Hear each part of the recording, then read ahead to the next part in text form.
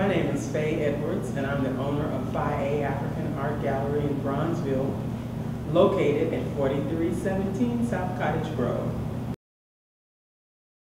Before I opened up the gallery, I was a social worker. I've been a professional social worker since the 70s. I began traveling to Africa in the 90s and just fell in love with African art.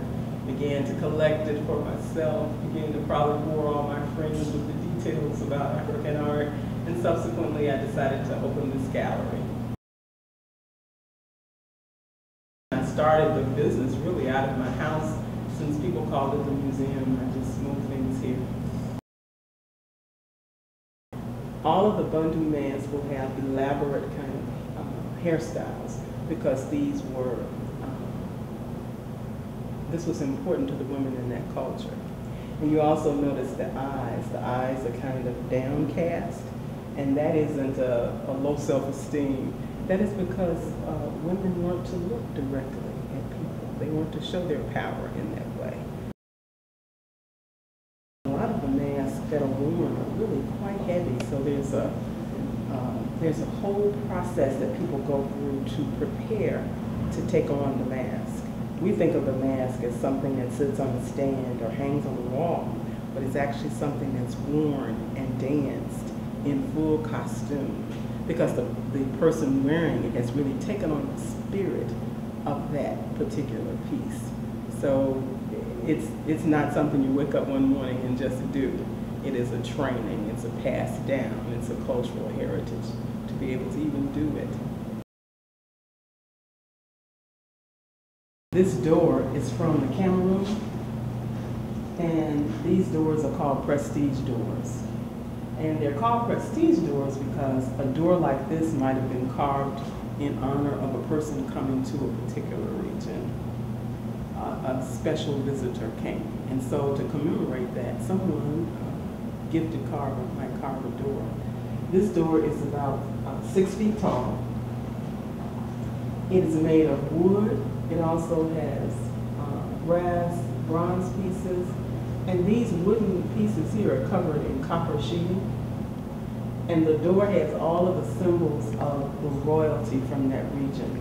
You have the elephants, you have the buffalo. Whenever you see those symbols in Cameroonian art, that lets you know that it's a royal piece.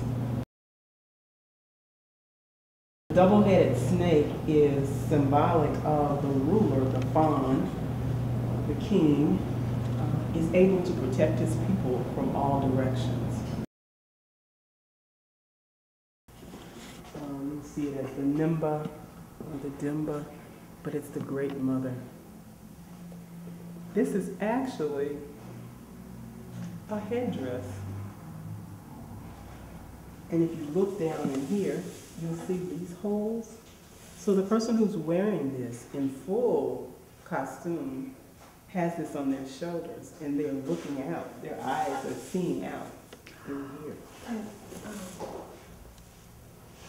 So sometimes when you see these figures being danced, they may be 8 feet tall, so they're coming. And she's always brought out when there's anything to do with harvest or prosperity or women. These things here, I call this an ancestral shelf here, ancestral altar piece.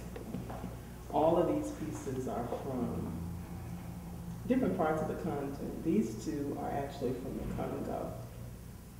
These two are Baole from the Ivory Coast, and these two are from Gabon, from the Fang people. What's interesting about ancestral type pieces is that if you look at their faces, all of the faces are in such repose. So they bring automatically a certain peace and feeling about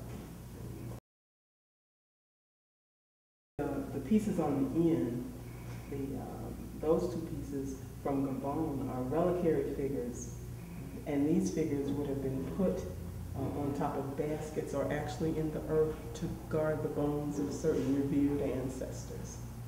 And the Fang pieces, they are so interesting because they're so powerful on the one hand, but there's also a very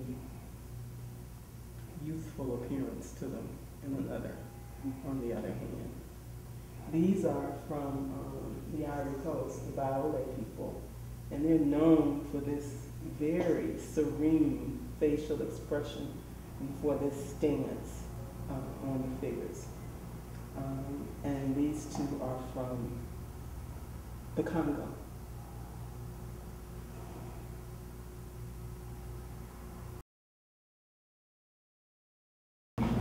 That stool is called a spider stool. These figures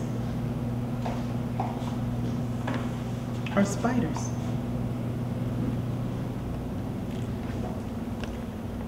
And you see this stool a lot in just wood.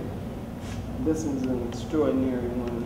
This is beaded. I mean, and it's perfectly beaded. And the blues, the golds, it even has some purple and some white beadwork in it. The spider is one of those beings that lives on two sides.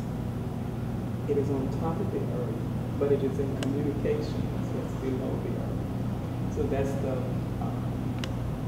significance of this being the spider stool. Probably, I don't know, 8, 9, 10. I haven't counted them really. I would like to have a guest house in Africa so that people that I know who want to go and have a real experience could go and stay in the house when I'm not there. So that's one of my goals, is to have property. And then people could come, I could have people to show them really interesting cultural things, and they would have some place to stay out of the touristy kind of experience. So that's a goal.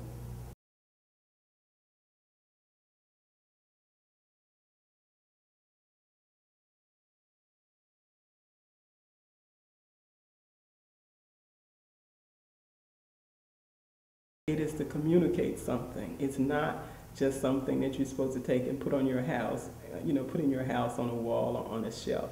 It's to communicate something culturally and spiritually. So I have to be able to look at it and understand that right away and know where it's from and get some idea if I can communicate with it about what it's telling me about things. That's what's so fascinating to me about this art, to me.